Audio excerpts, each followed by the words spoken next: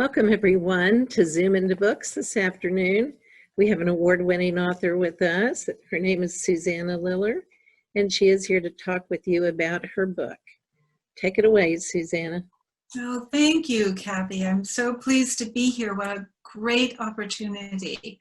And yes, I'd love to talk to you about my book. Thought I maybe would say a word or two about why I wrote it and how I got to be writing it. I started out as an English teacher, so you need to know that mythology and stories are something that I love dearly. I've always been a great reader. But it was when I started working with women's groups in 2000 that I began to see the types of things that they were interested in, the challenges they faced. And I did a lot of workshops and retreats with women, really looking. I'm a coach, so it was, where do you want to go and what's stopping you? And got to know the issues that women face. And in 2006, I was introduced to something that changed my life and was the basis for this book. And that was, I went to a talk at a library in Camden, Maine. I live in Maine. And a woman was describing what the hero's journey was and using the Wizard of Oz as a way to describe it. And I had heard of the fellow who brought popularity to the hero's journey, Joseph Campbell, the professor at Sarah Lawrence College and author, wrote the book Hero with 1,000 Faces. But I never really got until this lecture, wow, this is an amazing framework. Something I could really use as a coach to work with women. I was sort of set on fire. I remember leaving that conference room, was in the evening, and standing out in the parking lot and talking with other people. I was really inspired by his message of what this archetype, this myth was. So I went back, and those same women's groups, I introduced the heroine's journey, and I was using it, and I had workshops, and things were going great until I got, and I'm going to be showing you a PowerPoint teaching you a little bit about the heroine's journey, how I see it. But I got a call, and the call was, write a book, Susanna, get this down so that other people will be able to know what this is. They might be like you and have never heard of the hero's journey or of Joseph Campbell and what the message is in the journey. So I did. I spent 5 years doing it, writing it. I was also working, after I was an English teacher, I became an organizational development consultant, mostly working with groups in conflict. So as I was writing, I was still doing that work, which was good work, but it wasn't my life's work, which is what I'm doing now, talking to people like you about the heroine's journey, the hero's journey. And I wanted to, as I was just saying to Kathy, I wanted to put this in a book in a simple form. Certainly, I'm not the scholar that Joseph Campbell was. He had so much in his book, so many examples from mythology, many steps to his journey model. I wanted women, the women I work with, other women, to know what this path is, what the heroine's journey is, to know that they are on it and that they are heroines. And so I wanted to deliver that in a way that was simple and easily accessible. And I, of course, put examples in my book of real life heroines, what I call real life heroines, women who are on the journey and living it, and they can see their lives in a framework, in the framework of the journey. So that's what I've been about. Wrote the book, published it, and have been talking about it ever since. My work is still about helping women know about this and to see their lives in that same framework, because I feel it's empowering, gives you confidence and self-esteem. And so maybe what I should do now is share my screen and share this PowerPoint with you to tell you a little more about it. And I know Kathy will be taking questions and make sure that I know that if there are questions. So let me, here we go.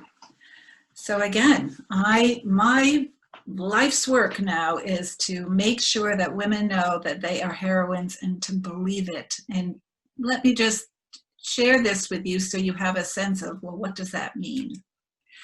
So if you want to grow, and you know, it isn't always a growing time for everybody. So sometimes you want to stay in your comfort zone. But if you do want to develop yourself and grow and evolve more as a human being, then you have to leave your comfort zone. You can't stay where you've always been.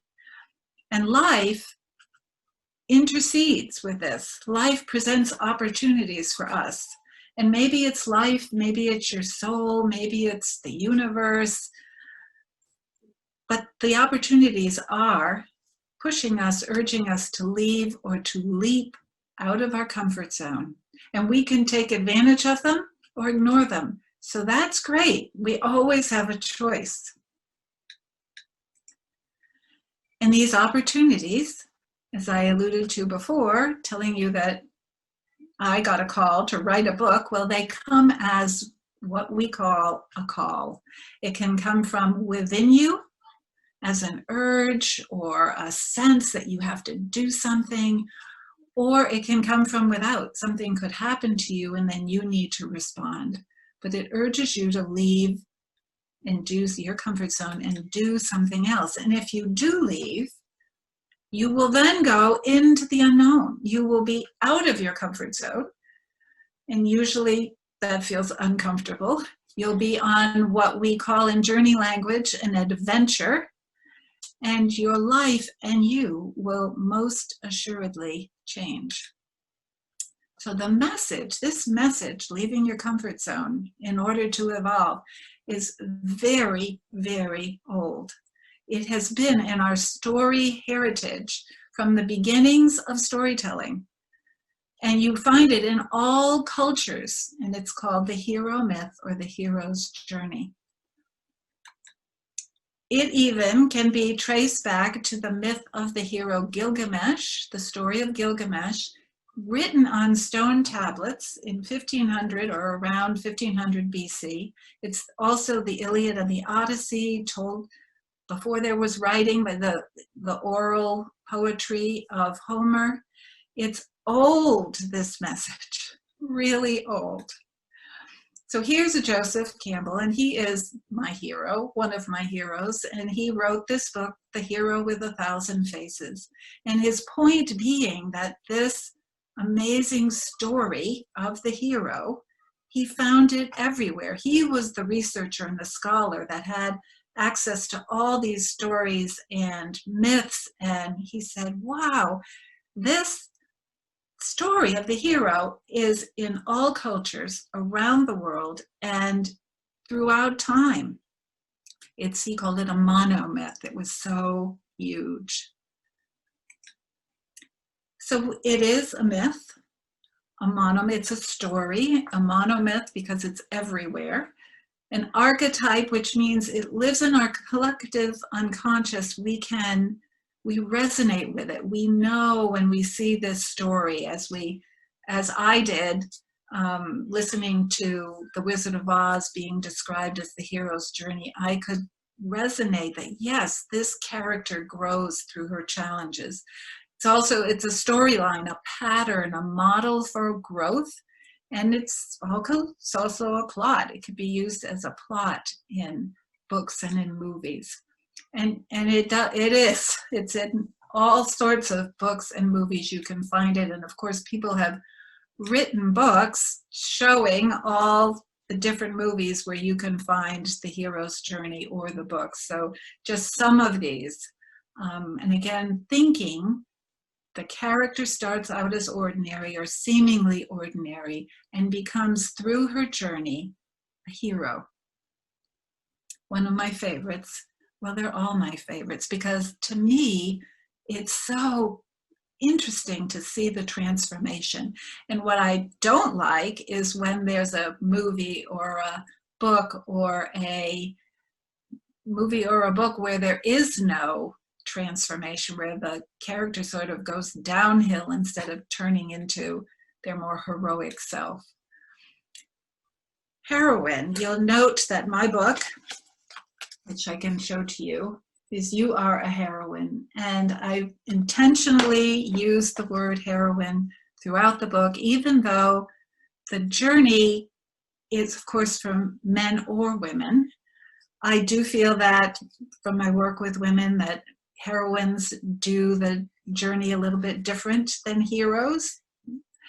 And but I also feel that we don't have enough examples as women of women heroes or heroines. So I purposefully have used the word heroine. And you'll see here my definition from the book.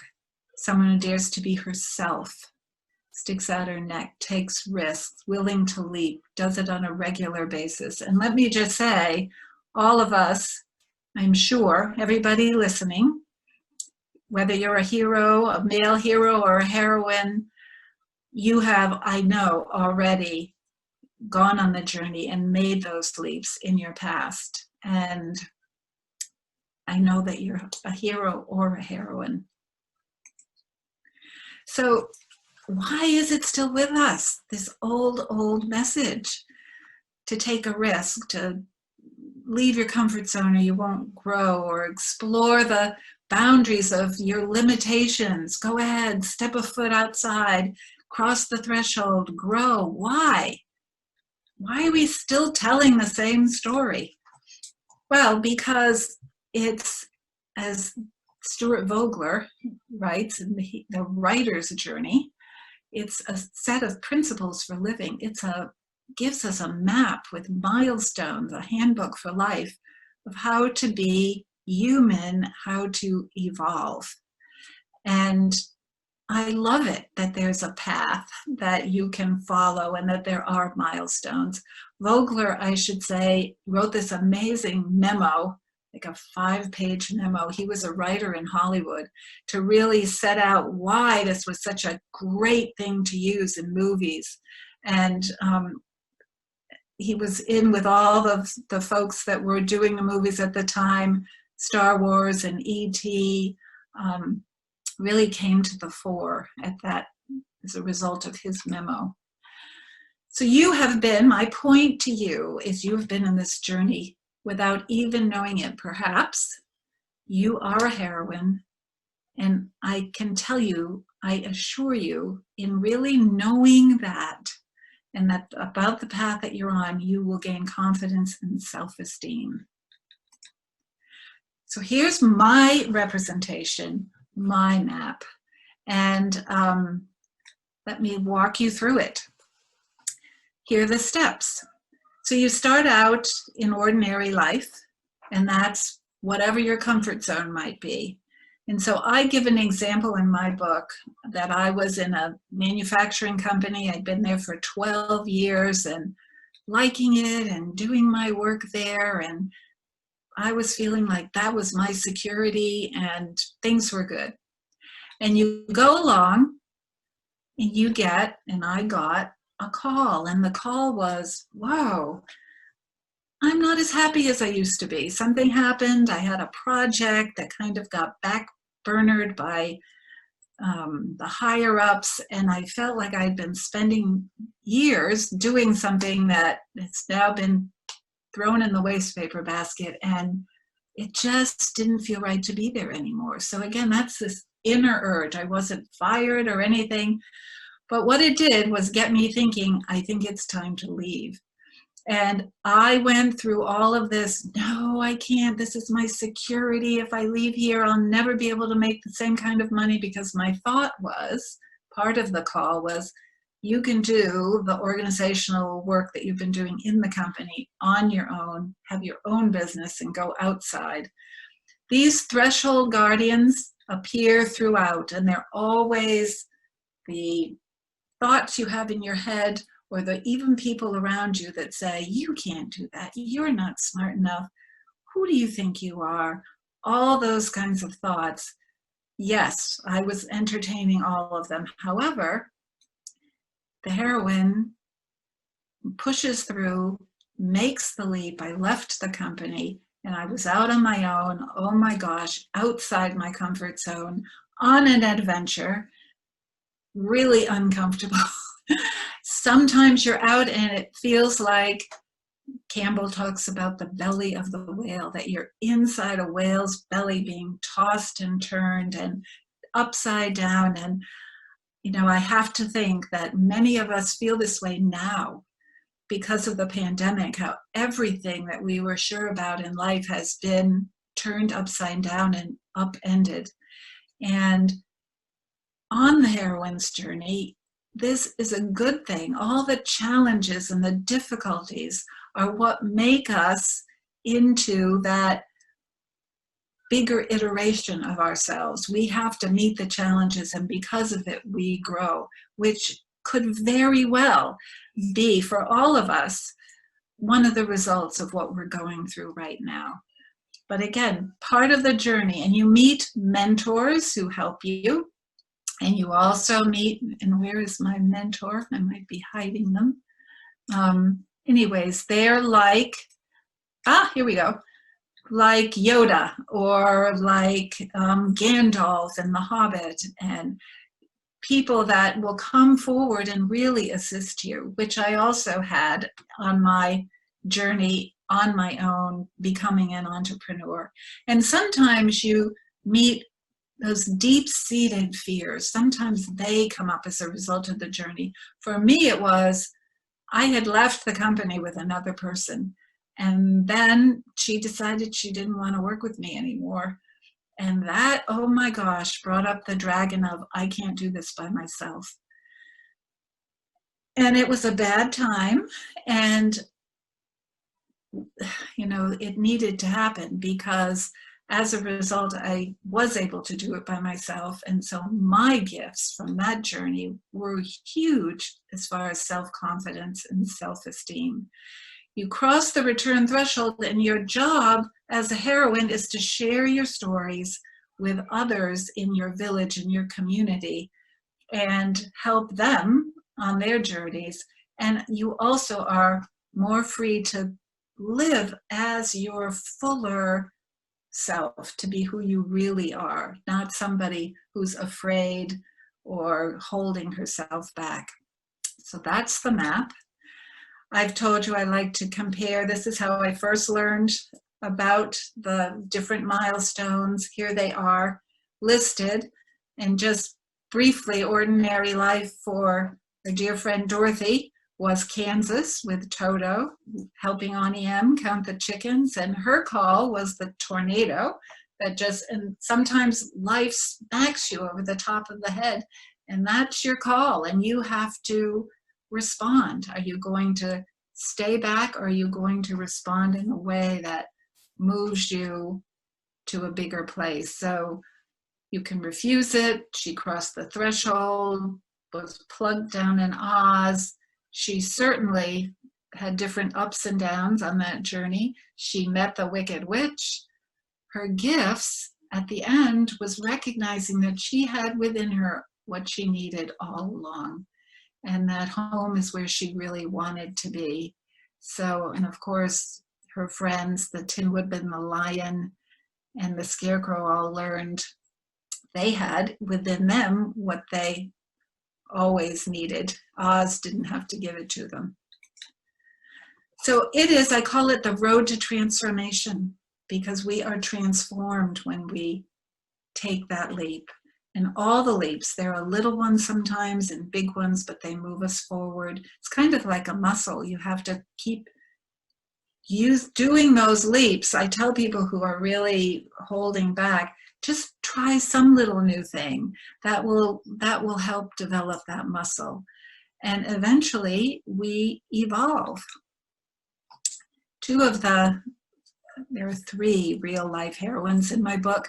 I wanted to just share 2 because here's Pamela McCreary, who wrote a book about leaving the Mormon church and what that journey was like for her.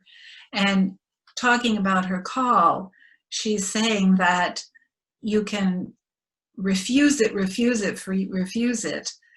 as long as you want to, but it, as she says, it eats away at you like acid on your soul. You pretend that nothing's wrong, and eventually you just have to do something, which she did. And I did a similar thing in refusing to confront an unhappy marriage that I had a long time ago. You just keep putting it off, thinking it'll get better. And then Lisa Chu, she had also many heroines' journeys. One looking at a music school she had built and spent so much energy on that didn't bring her. She talks about aliveness and joy. It stopped doing that, and she realized she had to let it go. So often when you're considering a leap, you also have to realize you're letting go of something, you're leaving something behind, and it's not easy. I love this because life's rewards, I believe this, live beyond your comfort zone. And remember that calls come in many forms, and they're different for everybody. So again, they can be external. You're laid off, separation, divorce, disaster strikes, opportunity strikes. Again, I keep thinking of the pandemic. I feel like many of us are receiving calls right now. Some, and we are able to listen to them because things are quieter. Maybe we're stuck at home. And also there are those inner urges, just, I have to go move to someplace, to be in the country. It's not working for me anymore to be in this big city, or who knows what it is. I haven't been creative. I've been burying my creativity with all this work. Now's the time to start drawing. Of course, illness always can hit you upside the head and surprise you and change your life. But sometimes that's the call, that you get to do things differently. And a reminder to find a way to be quiet and to slow down and to be able to listen to those calls. And what I've found is that if we don't, the calls will keep happening, and sometimes they get louder, and then it's what we call the wake-up call, which can be like the rug being pulled out from under your feet. So some way to allow yourself to be and to hear what maybe your soul is wanting you to do. So faith, risk, and courage is what we're talking about, to be able to do that leap. Leap and the net will appear. Some of you might have heard that saying, that you think that it's going to be disaster, but you put your foot out and you start, and you're surprised at what helps you. And Joseph Campbell used to say, take one step toward the gods and they will take 10 steps towards you. But that first step can be agonizing. And I always, again, go back to the Wizard of Oz and Dorothy. Everyone's so afraid of that witch. And she throws the water on the witch and the witch melts. And so all that anticipation, she was a nothing. She would melt with some water thrown from a pail. I'm wondering about you listening to this, if there's a leap in your future. I would urge you to take it. I would urge you to go for it.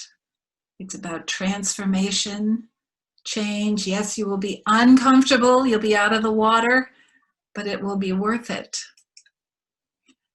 And I'll leave you with, and no, this is not a quote from Glinda, who's one of my favorite mentors from the literary world of the heroes and heroines' journey. But Joseph Campbell is always known to say, follow your bliss. But here's the whole quote. The point is, if you do follow what makes you happy, what you are passionate about, you put yourself on a track that's been there for you all along and waiting for you, and the life that you ought to be living is the life you are living. And you will meet people on that road who are in the same field of bliss, and they will open doors for you that you didn't even know were there. And it's a wonderful thing when that happens. So I will end with that, and thank you again, Kathy, for having me and giving me this opportunity to talk about what I most love to talk about. There's a question. Do you think that the hero story has been beat down, this massive pandemic, or is it lifting up the hero within us? I think that the pandemic gives us an opportunity, as crazy as that might sound, that it gives us an opportunity to look within us and pull out what strength and courage, creativity we have, and use it for the good.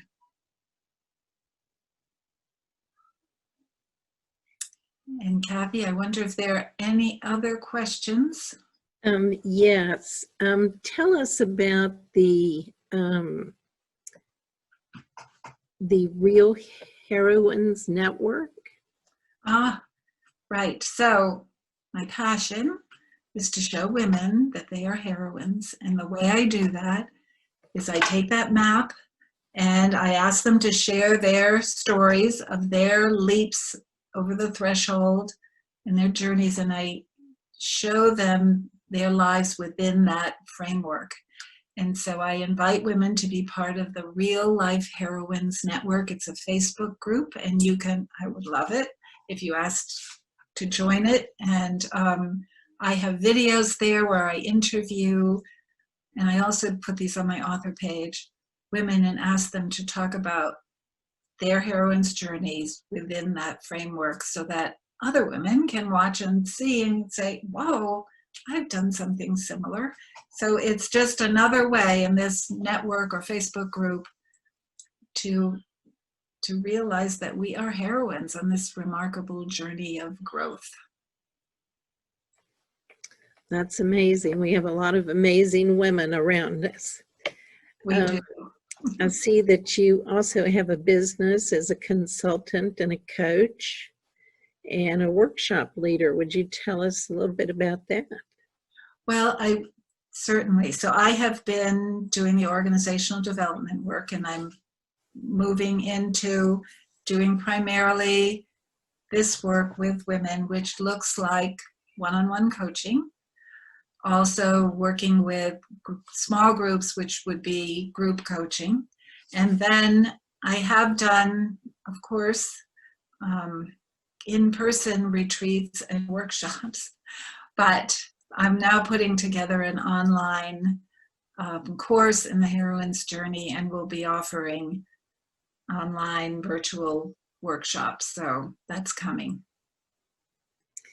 Well, that's great. And please let everyone, before we end, please let everyone know where they can get your book. Right. Well, Amazon carries my book. And if you look at my website, which is susannaliller.com, and go to the tab that says The Heroine's Journey, you can also, there's the reviews that I've received about it, and I'm grateful that I've gotten awards for the book.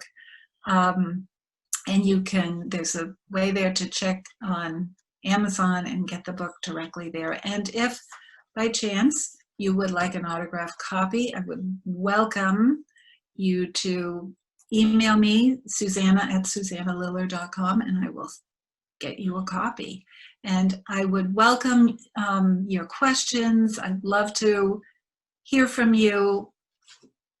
That would make me happy.